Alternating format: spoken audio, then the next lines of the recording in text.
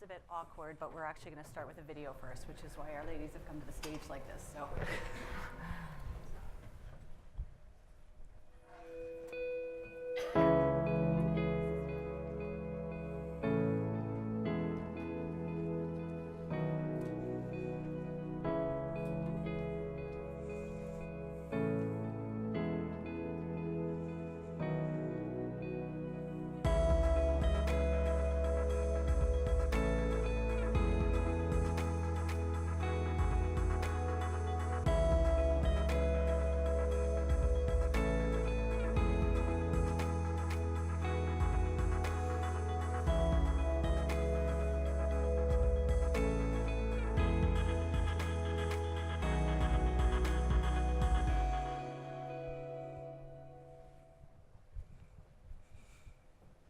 It's very appropriate that we start this panel with a powerful compilation of images. The adage, "A picture is worth 1,000 words," has never been more appropriate in a world where a single minute of internet activity yields 2.46 million pieces of shared Facebook content, 216,000 Instagram photos, 277,000 tweets, 72 hours of new YouTube video, 8,333 shared Vine videos, and finally, it is estimated that 1 trillion photos will be taken in 2015. My name is Sandi McKibbon. I'm the Director of Engagement Management at Rogers Communications here in Toronto, and I'm pleased to moderate this panel on using video, images, and more to make the most of the mobile, social, and visual web. I am thrilled that the women joining me are Michele Steuben, the Assignment Manager of Entertainment of Shutterstock Rex, and Ash Barhamand, Photo Director at Women's Wear Daily. They wouldn't tell me how long they've been in the industry, but it's a lot.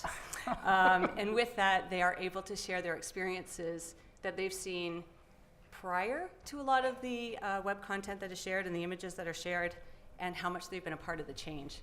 So welcome. Thank you. If both of you could take a brief minute to introduce yourself, starting with a little bit of your experience, that would be great. I'm Michele Steuben. I am assignment editor in charge of entertainment at Rex Shutterstock, a photo agency that is going to be taking on a lot more editorial coverage. Before that, I was deputy photo chief at People magazine for 18 years. I'm the director of photography at Women's Wear Daily. I spent the majority of the last 10 years in women's print magazines. Most recently, I had my first digital-only experience at Yahoo Style, which launched just about a year ago, and now at WWD, we do a little bit of everything. It's a mix of .com, a printed weekly, and a digital daily newsletter. You both got your start in assigning photography for these well-respected publications. When you're creating content, have you flipped the way you think about how you engage audiences with social media now being the leading factor? At WWD, I would not say that it's flipped. Those tools, Facebook, Twitter, Instagram, are very important for us as more as a way of advertising the content that we have on the main site and the magazine. So there, and especially a platform like Instagram, which doesn't actually refer any users at all. It's a great sort of brand building and community building platform. But it's really, the trick is to not give away the entire content, because otherwise you're just donating your material to those other platforms. And in the same way that our site is actually mostly behind a paywall, so we have majority of the meat of our content is paid subscribers only. So we have some kind of flashy bits that are more consumer facing on the site, and similarly we'll kind of utilize those to draw in the audience members from Facebook or Instagram or Twitter, and then kind of build them into our core audience where they'll get the full utility of fashion reviews and news, which is there just for subscribers. Okay. What's been the biggest surprise with that approach? What gets likes and attention on especially a photo-based platform like Instagram is not at all what I'm used to from print magazines, where the well features have been kind of treated the same way for many years. The expensive, highly produced, kind of over-the-top photography, both with fashion and celebrities, you won't necessarily see that many more likes on that image than like a snapshot that the fashion assistant took at a fashion show. So that's been a real awakening just in terms of planning shoots and strategizing around exactly where the budget is going. Because if you're looking for social media attention, it's not necessarily from those really big budget shoots. It's a lot more just about the quick kind of graphic imagery, either high contrast or really colorful, or just the content being something that the reader really wants access to, like backstage of a show or celebrity that no one else has the exact same image of. Okay. Michele, video memes and GIF. I don't know. I'm Team GIF. You may be Team GIF. Yeah. Are gaining more traction on mobile. So how have you shifted your strategies when there is this shift from still to moving images? Well, I think it's less of a shift and more of a combination of the two. It's a great tool for what Ash was talking about. We've been on Shutterstock, 70%, we have grown in searches for GIFs, 70% just over the last few years. Everybody wants to use them. Cinemagraphs are fantastic. They are wonderful for all publishers because they're cheap. They can be done for a lot less money than videos. And they can be, it's such an exciting tool. And what it does is if you have it on your story on the website, it will, even before you read the story, it draws you into the story. And it's also very shareable. So, you get more eyeballs. It's much easier to share. People will share cinemagraphs and then maybe read the story. So it's a great tool. Okay, can you describe Cinemagraph as well as the GIF? Okay. To put them in The GIF, we did a GIF with Queen Latifah at the Grammy Awards, and we had a photographer go in and shoot it, but of course he had to go in knowing that he was shooting it as a GIF, and so that's basically getting movement out of a still photo. So you do a whole sequence of photos, and then you put it together, and you have her almost dancing, and this was not done with video, it was done with just photos. You put that on the homepage, and again, it just grabs your attention, and then you stay on the homepage, and you look for other things. Cinemagraph is a combination sort of a photo and a video where you might have a single image, and if you're doing a story, producing a story for WWD, you can take a picture from your own photo shoot. You have it as the main image, and then you have moving images around it, whether it's video or something like that. And that's, again, at this point, you don't need sound. You don't need to send a crew out to shoot this. So, speaking of budgets, everybody's looking for ways to do things more cost efficiently, and that's a great way to do it. Does that change the way you plan your photography for that shoot? Yes, you have to have the right photographer. You need the right props. You can't make a GIF out of somebody just standing there. You have to engage them, and then with talent and with celebrities, it has to look good afterwards too. Okay, and you said 70%? Yes, 70% are just searching GIF. Okay, thank you. Ash, if you're in an event, say Fashion Week, or recently the Toronto International Film Festival was here, you just have to look around to see people using their smartphones and taking pictures and using Instagram and tweeting. So how do publishers keep pace of that activity? Yeah, a couple things. Firstly, a very strong, robust mobile wireless hotspot. No joke, that has been a topic of discussion for just coming off the fashion weeks, just trying to compete with the amount of data that's being kind of streamed through both on cellular and Wi-Fi. at those particular events, you really have to have a strategy for exactly how you'll be competing with even small JPEGs. If you're transmitting, 100 of them at a time, you really need that to be in place. And the competition is also doing the same thing, so it's kind of this elbowing each other out in terms of just the actual data.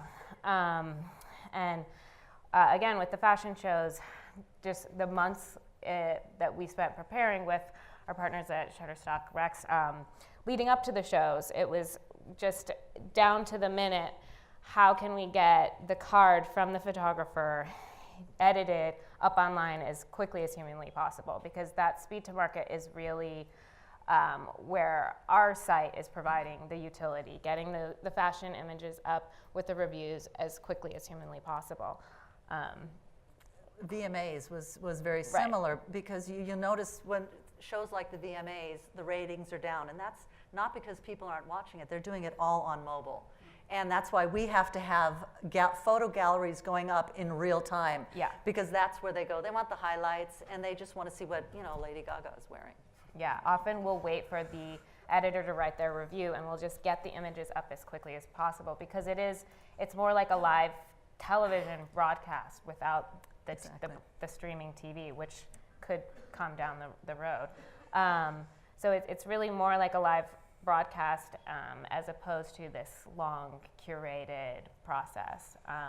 But that's exactly where the second component, I would say, is the access to these events is really, really important, and that's what the brands have, and the relationships that they have with the publicists, who are the gatekeepers to a red carpet event, or to the backstage of a fashion show, or even the front of a fashion show.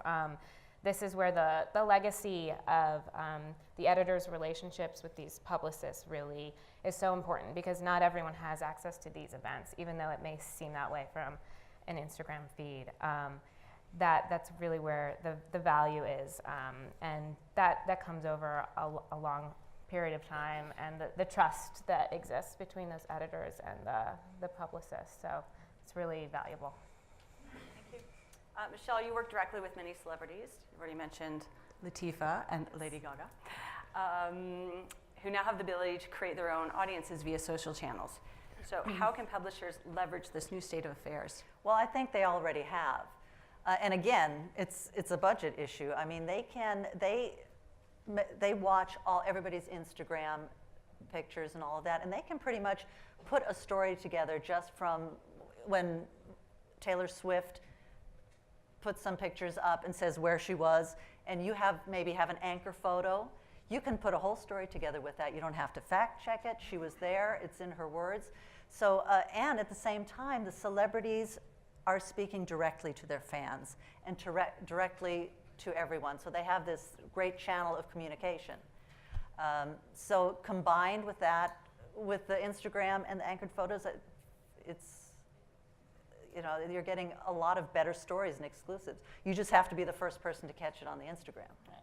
To add to that, at Yahoo Style, some of our best performing slideshows was at an awards show.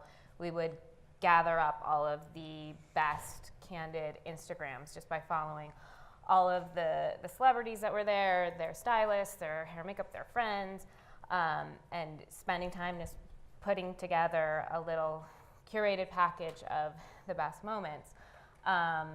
And that's free and available to everyone, but that's what editors have always been great at, is their spin and packaging it for their exact audience. So even though the content is there available to everyone, not every layperson is spending hours pouring through and creating something new out of it. So, and that's one page. You put together a cute page full of Instagram pictures with a theme as a publisher, free. Right. So I'll ask you a question about curation then. Curation sounds like it might be different now than it may have been before because of this. Is that true? Yeah, I would argue that it's more important than ever. You used to deal with a roll of film that would have 36 shots on it, and you'd edit from there. But now we have digital photography where you might have 2,000 images come off of a runway show. So you have your photographer as the kind of first point of editing, and it's really on them to maybe narrow down to 100 or so, and it goes to an agency or direct to the publication. And then it's that editor who is further curating for their specific audience.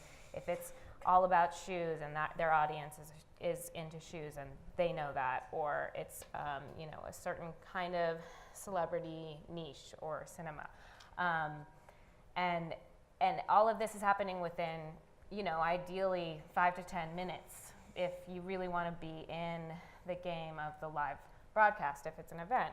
And these decisions used to take weeks at a magazine. You would have a whole staff of people deliberating over the perfect image and the perfect posture of the celebrity's arm. But, you know, all of that is now expected to occur almost instantly. So the individual editor has a lot more responsibility. And does this affect the way a team is now staffed? Like if I was to set up a whole new staff from a traditional to now the current form, I assume I would look at it differently? Yeah, absolutely. You had a Yeah, couple. well, I would have to say that I think moving forward, we're going to see the social editor moving up on the masthead, because ultimately more and more, I mean, we need more social editors. That is such a huge job to monitor all of that and to curate all of that. You need a separate person. You can't do that on the side. You need a person just for that. And that's where the trends are, and that's really how things are moving now. So I think social editors are going to become more and more important, and again, move up on the masthead.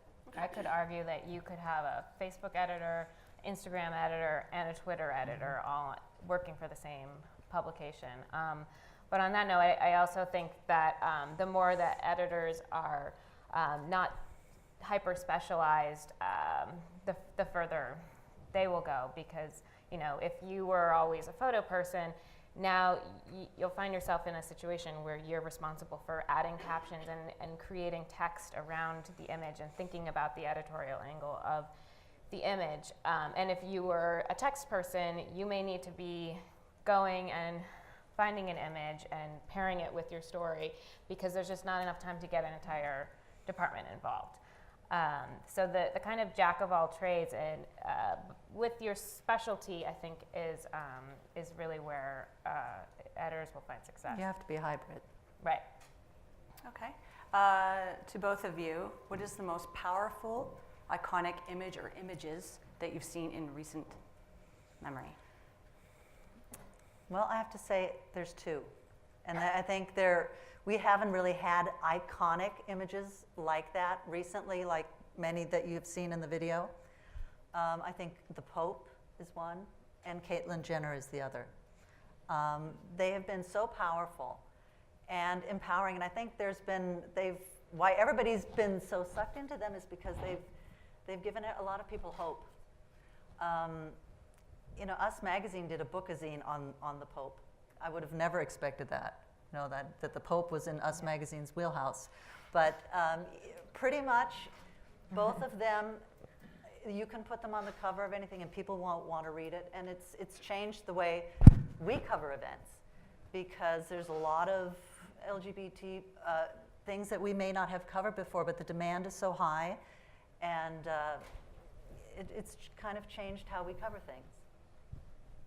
Okay, Ash? Yeah, on a similar sort of note of empowerment, the moment that sort of stuck out to me was the cover and portfolio story that New York Magazine did about Bill Cosby's accusers with the photographer Amanda Dem, and it was just sort of a very clean typology of all of the women that had come forward, and it was very striking just in the sheer quantity of the women and the variety that you could see so cleanly kind of laid out, which is something that print is really wonderful at, giving that slow space and time to such a impactful subject, and also giving these women an outlet that they had never had before, and probably encouraging others in a similar situation.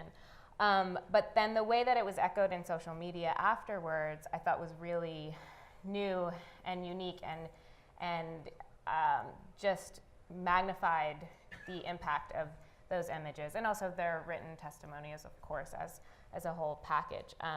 But to me, the message from that is, it didn't necessarily start out as a mobile story, but those tools really helped create a larger audience for it that may not have actually accessed it before because they don't live in New York or subscribe. And in the same way with Caitlyn Jenner, it was a printed magazine, but it probably appeared on everyone's feed that day. It was unavoidable, so. That also goes back to celebrities taking control of their own story. Right. And I think they can do that a lot more, and they're doing that a lot more now. And the publishers are the channels. I mean, People magazine also, they had the Pope as the main cover and Caitlyn as the second cover. And I just thought I thought it was fascinating. And two, what could be different images were still very much the same. Okay. Is there any image that you can refer to recently that garnered the most hits? Maybe an Instagram photo that was shared or anything, like what kind of image was that got shared the most? Well, I have to go back to Caitlyn. I mean, broke the internet. Right. Yeah. Okay. All right, thank you. We have a little bit of time for some questions, unless there was anything else you wanted to add, anything that we've spoken about? No. No? Does anyone have any questions? Oh, I did want to mention that the Pope is that popular, and he never changed clothes once. I just Right. want to Yeah. go on record. He Yeah, wore we the run same outfit the Style entire watch. time Yeah. on Style Watch. We Yeah. were reporting on his style. That was probably the most impressive. It's very understated. Yeah. No? All right. Okay, well, I had some additional questions, so I can ask. I am interested, I actually think that one of the biggest takeaways from my perspective, and it's not because I work for a communications company, but was the necessity of having the Wi-Fi. And that, like when we had talked earlier, and when she told me that, I was surprised, because that's not something I would think about at an event, but absolutely hit home. So how many people would be at a fashion week? Can you even give some perspective on that? It's hard to tell.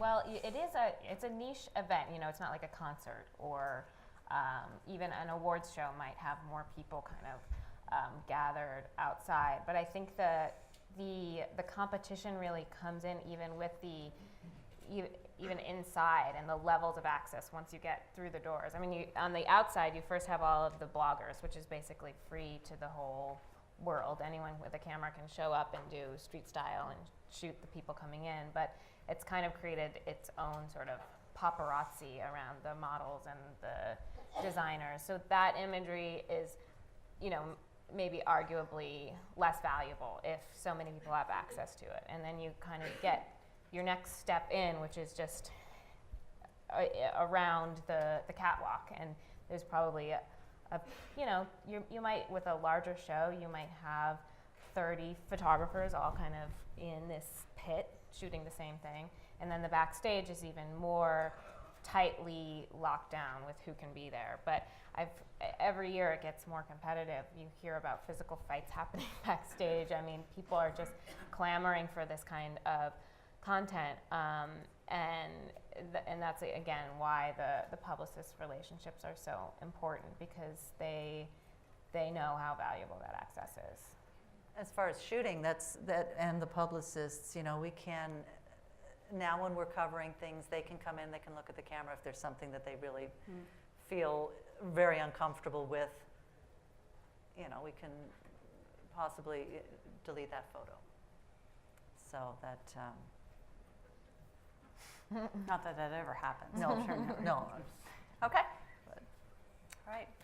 Okay, Yes, thank you very much, ladies. Thank you.